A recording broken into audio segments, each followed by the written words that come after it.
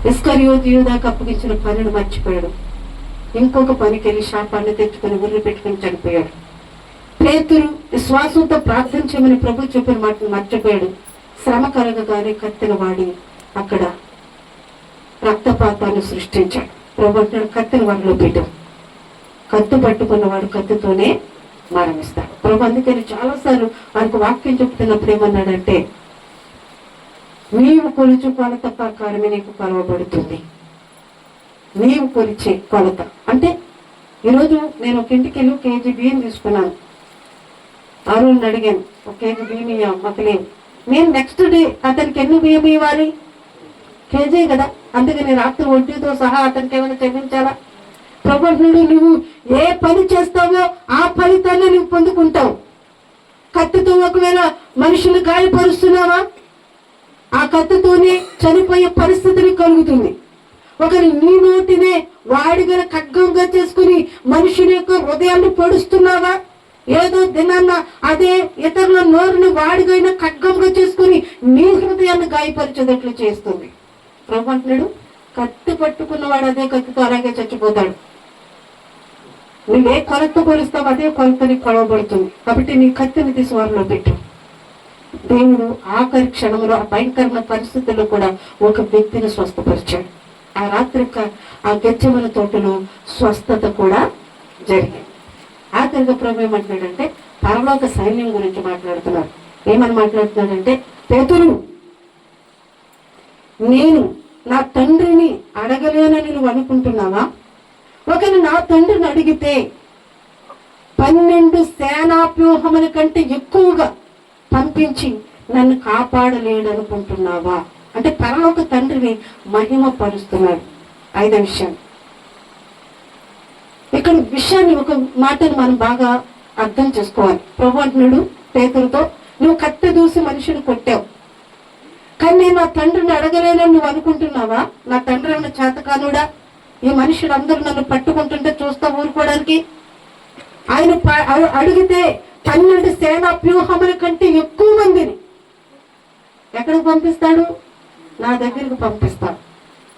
వాళ్ళు దాన్ని కాపాడగలరు, కానీ నా తండ్రిని నేను అడగట్లేదు. ఎందుకంటే తండ్రి చిత్తాన్ని చేయడానికి నేను వచ్చాను. సేనాప్యూహములు 12 సేనాప్యూహములు అంటే ఎంతో మనం తెలుసుకోవాలి.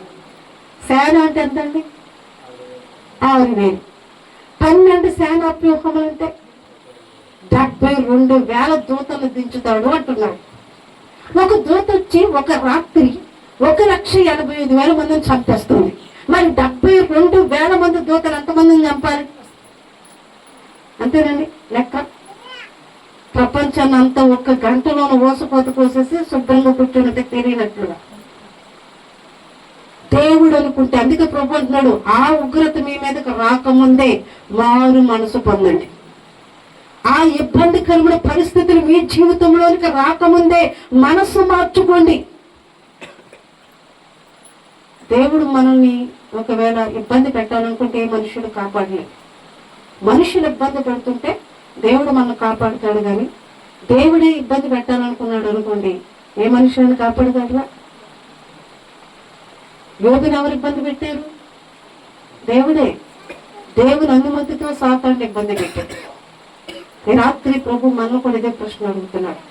నీ పక్షాన్ని ఎవరు లేరని నువ్వు అనుకుంటున్నావు, కానీ నీ పక్షాన్ని నేను దూతను కావలిగా ఉంచాను. నువ్వు నిద్రపోతున్నప్పుడు, నువ్వు త్రోవలు నడుస్తున్నప్పుడు ఆయన దూతలు కావలి ఉన్నాయి. నువ్వు మాట్లాడుతున్నప్పుడు, ఇద్దరు మాట్లాడుకుంటుంటే దేవదూతలు ఉంటాయంటండి. మలాకి గ్రంథకర్త అన్నాడు, ఇద్దరు యెహోవాయందు భయభక్తులు గలవారు ఇద్దరు మాట్లాడుకుంటుంటే ఆయన దూతలు కావలి ఉండి ఇని రాస్తాయంటే గ్రంథములు. మన త్రోవ నడిచినప్పుడు, పండుకున్నప్పుడు, తిన్నప్పుడు మన పక్కనున్నారు దూతలు, మనకు కనిపించట్లేదు. ఆటి పని అవి చేస్తున్నాయి, మనకు పరిచయం చేయడానికి ప్రభు మన దగ్గర పెట్టాడు. మనం అప్పుడు నిద్రపోయేటప్పుడు ఇలా ప్రార్థన చేస్తాం కదా. నేను ప్రార్థన చేస్తాను లేదు, కానీ మా చర్చిలో ఒక అమ్మ అతను ప్రార్థన చేయడం నేను విన్నాను. ఏమని? ప్రభా, నేను నిద్రపోతున్నాను, నా పడకల చుట్టూ నీ దూతల్ని కంచుగా నాటించే ప్రభా. నేను మాత్రం గుండ్రు పెట్టి ప్రార్థన చేయకుండా నిద్రపోతుంటాను, నీ దూతలు మాత్రం కంచుగా నాటించే. ఉదయాన్నే నేను లేవగానే, ఏకూజాన్ని లేవగానే అప్పుడు నువ్వే నాకు తోడు. కానీ మనం మాత్రం ఏం చేయమంట?